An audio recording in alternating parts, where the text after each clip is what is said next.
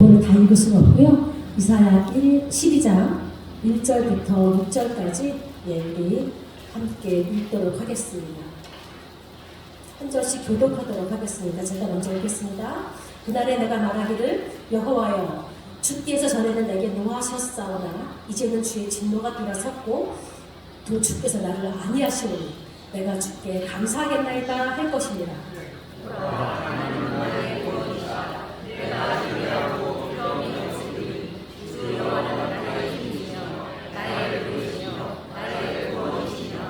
그러므로 너희가 기쁨으로 구원의 우물들에서 물을 기르리로다.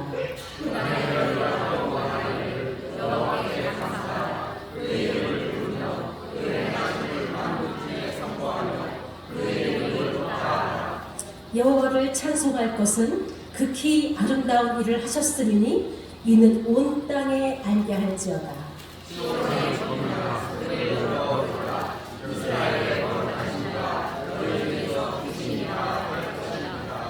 아멘. 네, 오늘 11장부터 이제 말씀을 전할 텐데요. 이 시대의 배경이 기원전 8세기입니다. 여러분, 기원전 8세기에 이스라엘 역사 중에서 가장 많은 선지자들이 활동을 했습니다. 4명이 있는데요.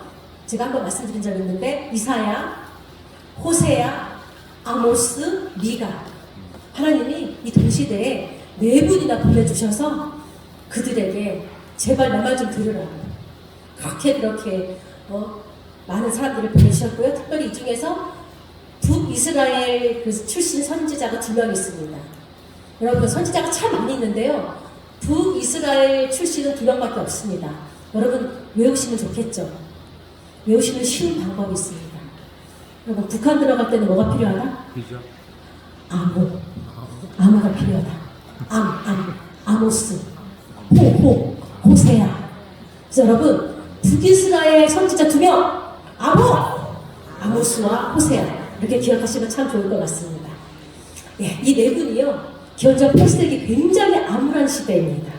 이스라엘 역사 중에서 국내적으로도 국제적으로도 가장 불행하고 암울했던 그 시대였기 때문에 이들은요, 그런 자기들의 그 나라의 상황을 하나님의 생각으로 해석을 하고 하나님의 의도와 목적에 부합할 수 있는 살 길이 무엇인지를 선포해주고 있었습니다. 그런데 이 4명의 모든 선지자들이요, 함께 예언했던 그 공통된 주제가 바로 민족 통일과 화해, 이 메시지였거든요. 그래서 오늘 이사야서 11장에도 동일하게 그 통합과 화해에 대해서 얘기를 하고 있습니다. 이 11장은 다윗과 같은 그런 이상적인 왕에 의해서 다시 통일된 이스라엘, 즉 공평과 그 평화의 왕국으로 대체될 것을 기대하면서 이사야가 선포하고 있습니다.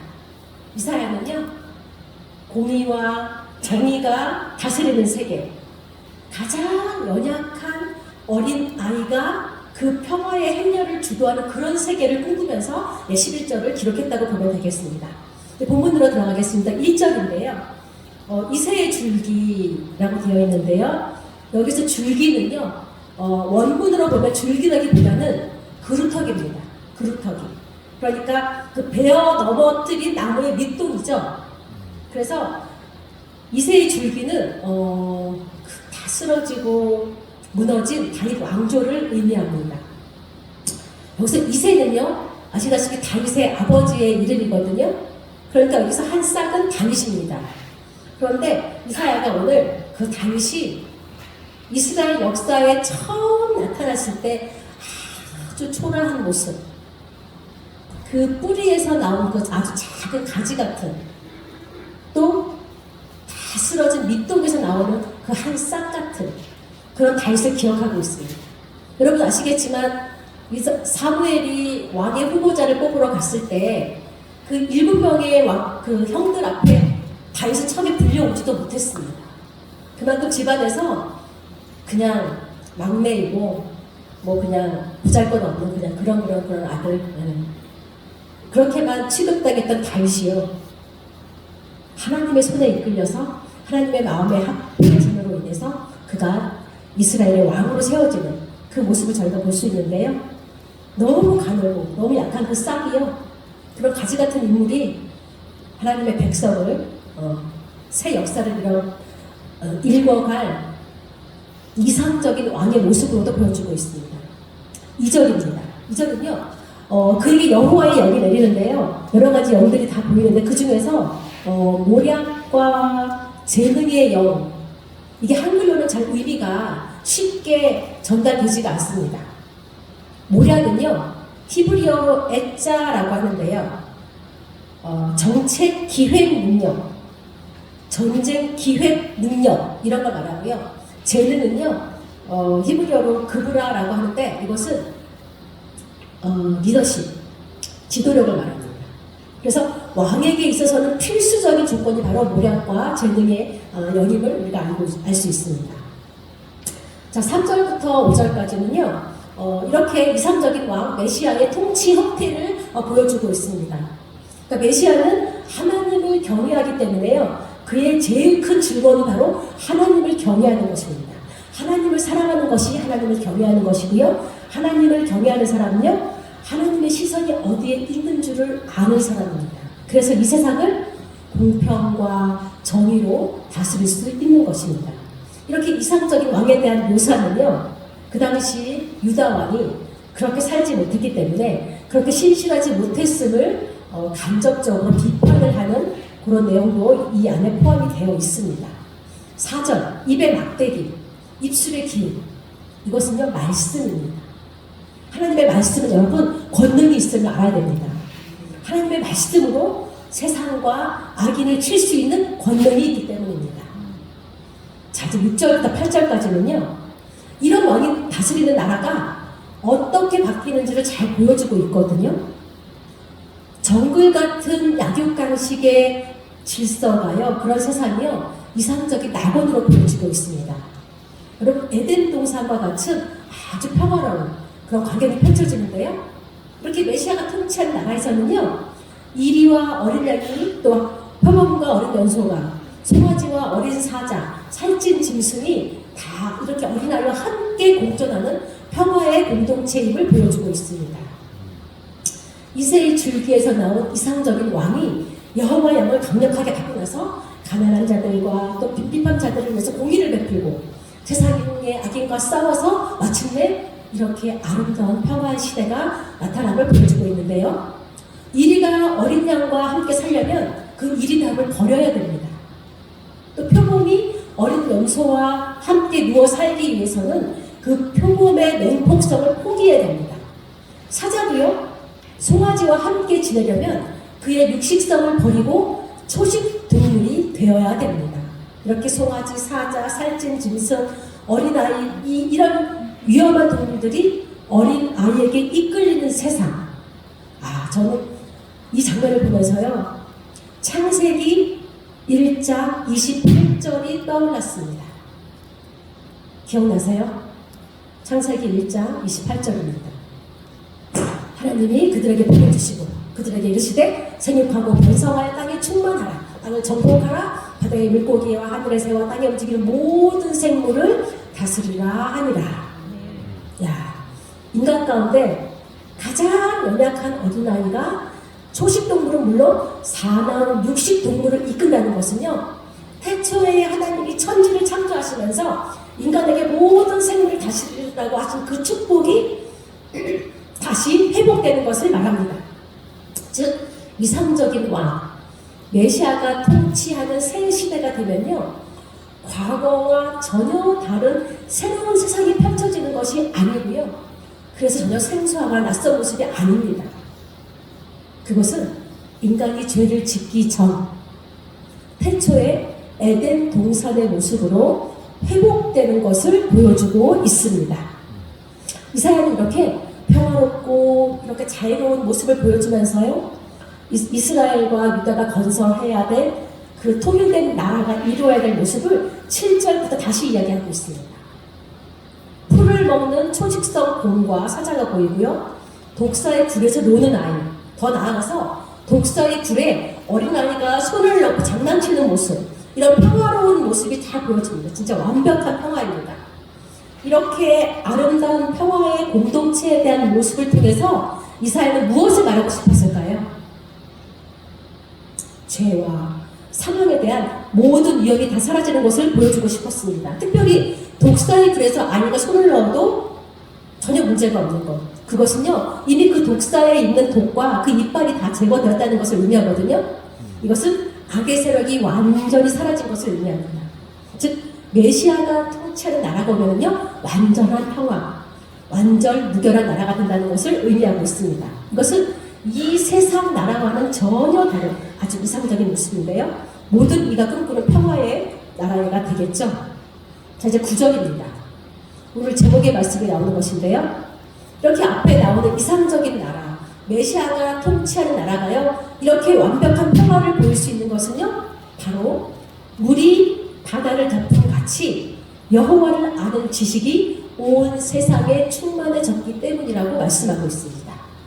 여기서의 지식은요, 그냥 이론적으로 알고 있는 지식이 아니고요, 체험적이고 또 인간적으로 알게 되는 모든 것을 말합니다.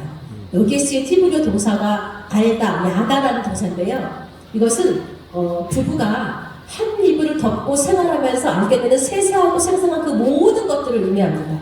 그래서 여기서 말하는 여호와에 대한 지식도요, 내가 하나님과 친밀해지고 하나님과의 온전한 관계 속에서 아버지와 자녀의 모든 경험과 관계를 다 의미하는 것입니다. 그래서 여호와를 아는 지식, 우리가 여호와를 아는 그 지식이 충만할 때, 그때는요, 더 이상 우리가 이웃에 대해서도 해를 가하지도 또 악한 일을 저지르지 않게 된다고 합니다. 즉, 세상이 여호와를 아는 지식으로 가득 찰 때 더 이상 서로를 치고 공격하고 전쟁을 하지 않는다는 얘기거든요. 그래서 이사야 2장에서도 그런 전쟁에 쓰였던 그런 그 전쟁용 무기들이 농업용, 생산 도구로, 농기구로 만들어진다고 저희가 한번 읽은 적이 있습니다. 하나님을 아는 지식은요, 평화를 아는 지식이기 때문에 그러한 것입니다. 이사야는 여호와를 아는 지식이 세상에 충만해지는 것을요, 물이 바다를 덮은 같이 라고 이렇게 비유를 하고 있습니다. 이것은 아주 먼 옛날 노아 홍수 때를 기억나게 하고 있습니다. 40일간 내린 비와 또 땅에서 솟아난 물이 온 세상의 가장 높은 봉우리까지 모조리 덮어버려서 그 땅의 모든 악인들이 완전히 멸망되고 새로운 세상이 탄생했던 그 광경이 떠오릅니다. 이제 메시아 왕국에서도요, 여호와를 아는 지식이 온 세상을 완전히 덮어서 전혀 새로운 평화의 왕국이 완성될 것을 이사야는 이렇게 감격 있게 표현을 하고 있는 것입니다. 하박국 2장 14절에서도요, 하박국 선지자도 이렇게 나오죠? 이렇게 고백을 하고 있습니다. 온 세상이 여호와 하나님의 행하신 일을 알고 그분에 대한 영광과 찬송이 온 세상을 가득 덮을 것을 사모하고 기대하고 있는 것입니다. 자, 9절입니다. 9절까지 내용이 어떤 메시아의 통치에 대한 공의로움, 그리고 신세계적인 온전한 평화의 나라가 올 것이라고, 그래서 그 나라에 속한 자들은 완전한 평화를 누리게 될 것이라고 이렇게 예언을 했어요. 근데 이것은 사실 이런 나라는 언제 옵니까? 아직 오고 있지 않았죠. 이것은요, 이사야가 예언을 하고 한 700년 후에 다윗의 자손으로 오신 예수님의 초림, 우리 며칠 뒤면은 이제 기뻐하는 날이죠. 그 예수님의 1차 그 오심으로, 초림으로 인해서 1차 성취가 되었고요. 그리고 마지막에는 예수님이 다시 오시는 그날, 그때 예수님이 재림하셔서 완전한 메시아 왕국을 이루실 때, 그때 이 왕국은 완전히 성취가 될 것입니다. 자, 10절에서 다시 이새의 뿌리에서 나온 메시아가 모든 민족의 깃발로 높게 살 것이라고 예언하고 있습니다. 여기서 기치는 깃발인데요, 이사야 5장 26절에서도 이 단어가 쓰였거든요. 그때도 이 단어는 행군이나 전쟁할 때 군인들에게 방향을 가리키는 깃발을 의미했습니다. 그런데 흥미로운 사실은요, 이 단어가 광야에서 그 불뱀에 물려 죽어가는 사람들에게 생명을 주기 위해서 높뱀을 만들어서 높게 매달았던 그 장대를 가리키는 그 단어로도 지금 이 깃발이 사용되어 있습니다. 그럼 민수기 21장 8절입니다. 보이시죠? 우리 한번 크게 읽어볼까요? 시작. 여호와께서 모세에게 이르시되 불뱀을 만들어 장대 위에 달아 물리 자마다 거기서 하는 자리라. 아멘. 예. 그리고 예수님도요, 그 니고데모와의 대화를 하면서 이 광야의 녹뱀을 매달았던 장대 이미지를 사용해서 자신의 그 십자가 죽음을 예언하셨습니다. 요한복음 3장 14절입니다. 읽어보시겠습니다.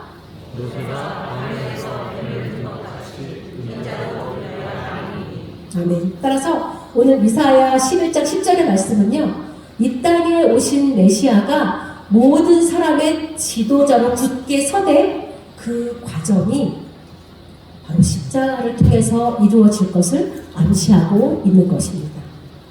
예수님은 자신이 땅에서 들리면 모든 사람이 자기에게로 이끌 것이라고 친히 말씀해 주셨습니다. 요한복음 12장 32절에 나와 있습니다. 32절 같이 읽어볼까요? 시작. 내가 땅에서 들리면 모든 사람을 이끌고 네. 그래서 오늘 이사야 11장 10절의 말씀은요, 바로 이런 그리스도께서 십자가에 달려 죽으시는 사건, 높이 달려 죽으신 그 십자가의 대속적인 죽음이 만민 앞에 깃발이 되어서, 즉 이 십자가 사역으로 인하여서 모든 민족들이 그에게로 돌아오는 것을 예언하고 있습니다. 이것은 메시아의 구원이요, 이스라엘 민족을 넘어서 온 세상으로 확대되고 있음을 또한 보여주고 있습니다. 10절의 마지막, 그가 거한 곳이 영화로우리라. 이것을 원문 그대로 해석을 하면요, 그가 쉬는 곳이 영화로울 것이다, 이렇게 해석할 수 있거든요. 그러니까 메시아가 이 세상에서의 모든 구속 사역을 다 마치고 영광스러운 낙원에 들어가서 그곳에서 안식을 취하는 장면이 연상이 됩니다. 그곳이 영화로우리라. 그곳은 그리스도를 믿는 우리들의 처소이기도 합니다. 이는 하나님의 거룩한 영광이 가득 차 있는 곳이고요, 어둠과 사망의 세력이 발을 붙이지 못하는 완전한 평화, 의의 나라를 의미합니다. 11절, 그날에, 이것은 10절의 그날에라는 또 다른 의미입니다. 이것은 이스라엘과 유다의 남은 자들이 포로에서 해방돼서 자기 땅으로 돌아오는 때를 말합니다. 그러므로 11절의 그날은요, 10장 34절 뒤에 이어오는 문맥으로 보시면 되겠습니다. 그의 손은 여호와의 권능을 상징합니다. 이 권능은요, 실제적이고 강력한 능력을 의미합니다. 사실 멸망시키는 일은 누구나 할 수 있지만 누가 다시 생명을 줄 수 있겠습니까? 이는 오직 우리 하나님, 그분의 권능의 손만이 할 수 있다는 것입니다. 그가 손을 다시 펴신다는 것이 중요한데요, 다시는 두 번째라는 의미거든요. 즉 여호와의 권능의 손은요, 먼저 과거 애굽에서 자기 백성을 건져낼 때 그때 한번 기적적인 권능의 손을 펼쳐주셨습니다. 이제 다시 여호와의 손은요, 자기 백성을요, 바벨론, 그 이방의 압제자들로부터 구원해낼 것을 예언하고 있는 것입니다. 이런 구속 사건은요, 1차적으로는 바벨론에서의 귀환을 의미하기도 하지만 궁극적으로는 사망의 권세 아래 종노릇하는 우리들, 당신의 백성들을 구속해서 천국 백성으로 세우려는 메시아의 구속 사역을 나타내는 것입니다. 즉 이제 그들은요, 땅의 모든 지역에서 출애굽 사건만큼이나 극적인 귀환을 통해서 그들의 땅으로 돌아올 것이라고 나타내고 있습니다. 12절이 재밌습니다. 이전에는요, 11장 12절, 그 이전에는 하나님이 자기 백성을 해체시키기 위해서 열방을 부르기 위해서 깃발을 드셨는데요, 이사야 5장 26절에. 그런데 여기서는요, 하나님이 자기 백성을 고향으로 부르시기 위해서 또 다른 깃발을 드십니다. 즉 하나님은요, 사람들을 멸할 수도 있고 구원하실 수 있는 유일한 분이십니다. 13절, 두 나라였던 유다와 북이스라엘이요, 진정으로 화목하게 되는 모습을 보여줍니다. 여기서 에프라임은요, 북이스라엘을 상징하는 지파 이름이거든요. 그런데 13절을 읽어보면요, 조금 고개가 갸우뚱해집니다. 왜냐하면 사실 남유다와 북이스라엘은요, 포로 귀환 이후에도요, 서로 미워하고 질투하고 분쟁이 계속 있었거든요. 특별히 사마리아 사람들은요, 그 북이스라엘 사람들은요, 유다 사람들한테 되게 무시를 당했어요. 예수님 시대 당시에도 사마리아 사람들은요, 유대 사람들이 사람 취급도 안 했잖아요. 그래서 여러분 잘 아시다시피 사마리아 여인이 그러시잖아요. 유대인 남자한테. 다른 사람들은 말을 안 거는데 당신은 왜 나한테 말을 거세요? 그게 뭐냐면 사마리아 사람들은요, 남유다 사람들이 사람 취급을 안 했어요. 그 땅을 밟지도 않았어요. 갈릴리 가려면 사마리아를 지나가야 되는데 그 땅 밟기 싫어갖고 이렇게 먼 길을 돌아갔어요. 그 정도로 사마리아 지역들하고는 사이가 안 좋았는데, 그 14절 말씀 뭡니까? 안 맞잖아요. 둘이 잘 안 지내는데 왜 잘못 쓰셨나? 그럴 수 있는데요. 이 내용은요, 남유다와 북이스라엘처럼 서로 미워하고 질투하고 그렇게 괴롭게 하는 사람들, 그런 사람들을 다 지칭하는 말입니다. 그래서 이 구절은요, 서로 미워하고 질투하고 원수 같은 그런 자들이요, 그리스도의 사역을 통해서 하나 될 수 있고 화평을 이루어서 완전한 연합을 이루게 될 것이라고, 그렇게 우리가 해석을 해야 됩니다. 그래서 사도 바울도요, 이러한 그리스도의 사역에 대해서 에베소서에서 잘 표현을 하고 있습니다. 에베소서 2장 14절부터 16절까지가 바로 그 내용입니다. 예수님의 사역을 잘 설명하고 있는데요. 우리 한번 읽어볼까요? 시작! 그는 우리의 화평이시니라. 불로 하늘을 만드사 원수된 것, 곧 중간에 막힌 담을 자기 육체로 하시고, 또 십자가로 이 둘을 15절 15절 읽어주세요.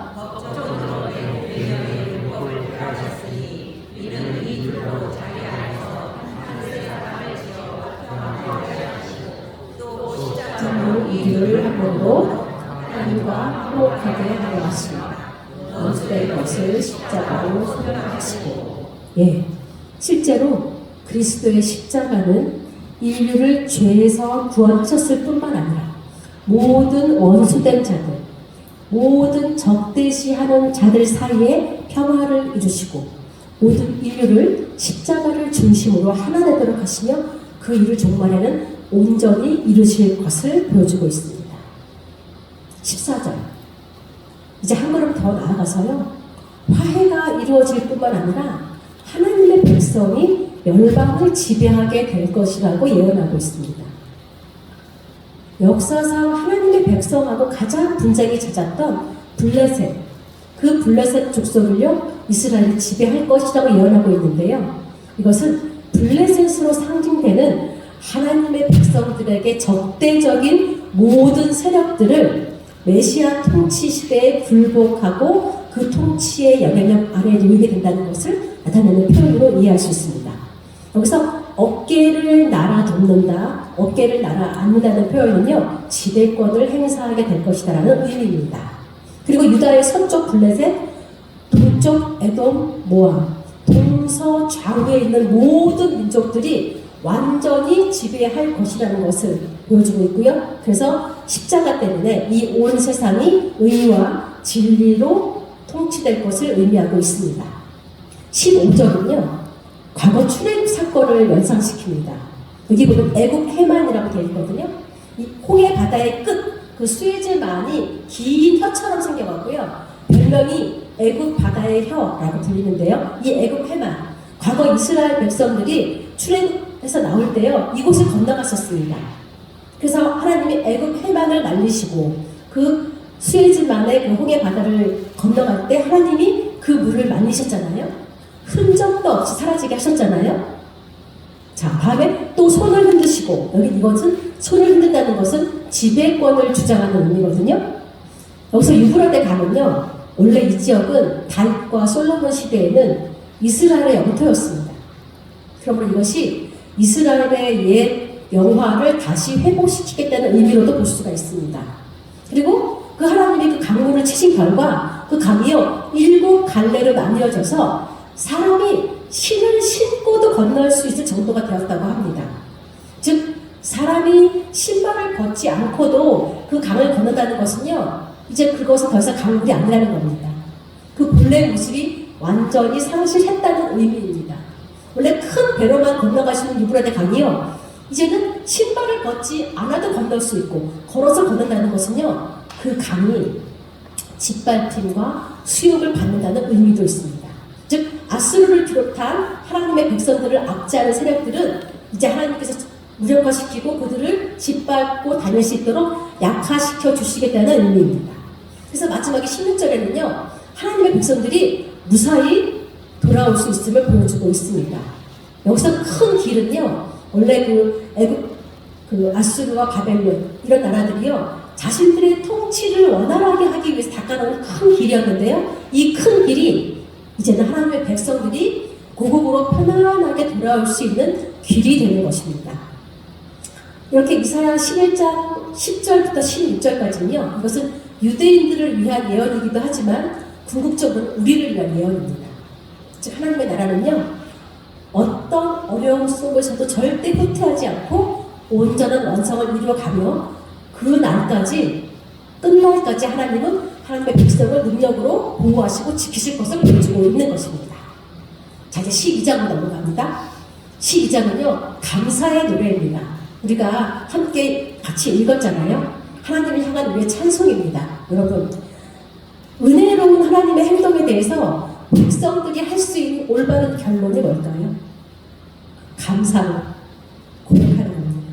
주님을 찬양하는 겁니다. 이 10장을 읽으면서요 저는 출애굽기 15장이 생각났습니다. 출애굽해서 홍해를 건너온 이스라엘 백성과 또 모세와 미리암이 하나님께 감사 찬송을 올리는 그 모습입니다. 자 12장 1절입니다. 주의 진노가 돌아섰습니다. 이것은요 이사야 10장 25절에 대한 결과입니다. 하나님의 진노가 사라지고요 예루살렘은 기적적으로 살아남습니다. 하나님의 백성들은 이제 전능하신 하나님만을 믿음으로 바라보게 되고 하나님의 손의 역사, 하나님의 왕에 대한 약속, 그 왕이 가져오는 평화에 대한 약속들을 믿고 감사함으로 이렇게 고백하는 것입니다. 2절 보라 하나님은 나의 구원이시라. 이것은요 하나님 외에는 구원이 없다는 진리를 나타내고 있습니다. 이는 단지 하나님이 구원하신다 단순한 말이 아닙니다. 하나님을 아는 것이 구원을 얻는 것이고 하나님을 모르는 것은 구원에 대해서 착각하는 것입니다. 이사야가 이 세상의 힘에서 구원을 찾으려고 했던 아하스와 유다 백성들의 시도를 그토록 조롱했던 것도 바로 이것 때문입니다. 왜? 구원은 오직 하나님만이 하시는 일이기 때문입니다. 구원과 해방은 정치적인 것이든 개인의 것이든요 오직 우리 하나님의 손 안에서만 가능함을 나타냅니다. 또 내가 신뢰하고 두려움이 없으리니 사실 이 말은요 이사야가 7장에서 아하스로 하여금 그의 입술을 통해서 그가 고백하기가 원했던 말씀입니다. 그런데 사실 아하스는요 이 말을 할 수가 없었어요. 아하스는 에브라임과 아수르에 대한 두려움 때문에요 하나님이 자신이 함께 계시다는 것 느낄 수도 없고 믿을 수도 없었습니다. 그 결과 아하스는요 결국 자신의 원수가 될 아수르를 동맹을 맺고 그들을 신뢰했습니다. 여러분 두려움이 이렇게 무섭습니다. 두려우면요 믿음이 뭐고 다 소용이 없습니다. 그래서 우리도요 우리 안에 두려움이 오려고 할 때 두려움이 막 시작하려고 할 때 내 영혼에게 이렇게 큰 소리로 외치시기 바랍니다. 나는 하나님의 자녀야. 하나님이 나를 선택하셨어. 하나님 내 기도를 들어주셔. 하나님은 나의 아버지야. 이렇게 하지 못하면요 두려움은 우리를 금방 사로잡아서 사탄의 종노릇을 하게 만듭니다. 두려움을 물리치는 기도 이것은요 바로 하나님이 나의 완전한 구원자 되심을 선포하고 그 두려움으로부터 이기는 비결입니다. 그래서요 오늘 2절도요 너무도 아름다운 찬양이 됩니다. 우리 2절을 한번 크게 읽어봤으면 좋겠습니다. 2절 시작. 보라 하나님은 나의 구원이시다. 내가 신뢰하고 두려움이 없으리니 주 여호와는 나의 힘이시며 나의 노래이시며 나의 구원이시니라. 아멘. 두려울 때 이 구절을 기억하시고 내 영혼에게 큰 소리로 외치시기 바랍니다. 자, 3절부터 6절까지는요. 이제 이사야가요. 찬양의 범위를 넓힙니다. 1절과 2절은 좀 개인적이고 내부적인 경향이 있었다면요. 3절에서 6절까지는요. 외부 지향적입니다. 이제 세상이 하나님이 어떤 분인지를 알아야 한다고 합니다. 3절은요. 즐거운 구원을 강조하는 1, 2절과 아주 잘 어울립니다. 여기 우물에서 물을 기른다는 것은요. 삶의 실질적인 영역에서 생명, 기쁨을 얻을 수 있다는 것을 의미합니다. 이스라엘은요. 물이 굉장히 귀한 지역이기 때문에요. 물이 구원의 이미지로 자주 사용됩니다. 이렇게 끝없이 솟아나오는 구원의 우물을 먹고 난 후 그들은 이제 우리 하나님이 우리에게 진정한 구원을 주시는구나. 우리만 알지 말자. 알리자.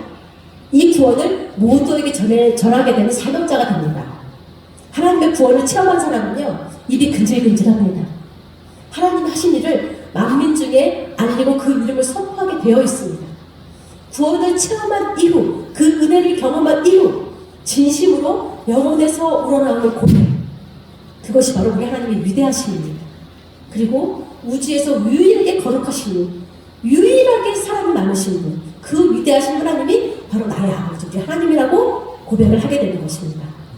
우리 인간은 참 변덕스럽고 회악한 반면요, 우리 하나님은 신실하시고 참되시고 그 거룩한 본성 때문에요 우리가 소망이 있는 것입니다. 그 하나님의 거룩하심 때문에요 우리가 다시 그분께 돌아갈 수 있는 것입니다. 이스라엘 백성들은요 자신들의 잘못으로 하나님이 진노했던 것을 너무도 잘 알고 있었습니다. 그런데 이제 그 하나님이 다시 은혜로 오직 자비하심으로 다시 구원을 베풀어 주셨기 때문에요 그들의 찬양은 진정 가슴 깊은 감사와 감격의 찬양이 될 수밖에 없습니다. 자, 이제 결론입니다. 지금 12장까지는요 이사야의 그 초기 사역의 시대였습니다. 강대국 아수르를 의지하려고 했던 아하스 왕 시대가 주 배경이었거든요.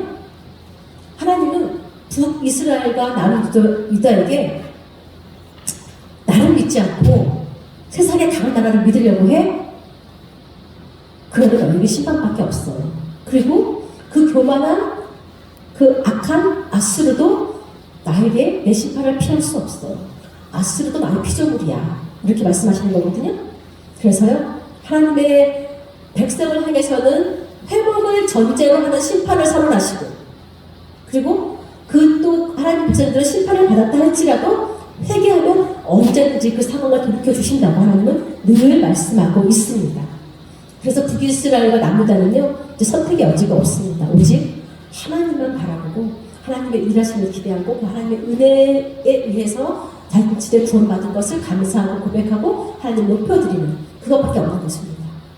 하나님은 그들을 포로해서 이제 본국으로 귀환시키실 거고요. 그들의 고난을 기쁨으로 바꾸실 거고 그래서 그들은 구원은 오직 하나님께만 있습니다. 우리의 구원은 오직 하나님 한 분밖에 없습니다. 이렇게 고백하는 찬양이 바로 12장의 찬양이었습니다. 이 12장의 찬양은요 오늘 살고 있는 우리에게도 동일한 메시지를 주고 있습니다. 우리도요 눈에 보이는 잘못된 선택을 하지 말고 하나님께 먼저 여쭙고 그 하나님을 의지해서 살아갈 것을 이사야가 동일하게 우리에게 요청하고 있습니다. 그리고 만약에 잘못된 선택을 했다 그럴 때는 빨리 하나님께 돌아와서 회개하고 심판을 은혜로 바꿀 것도 강조하고 있습니다.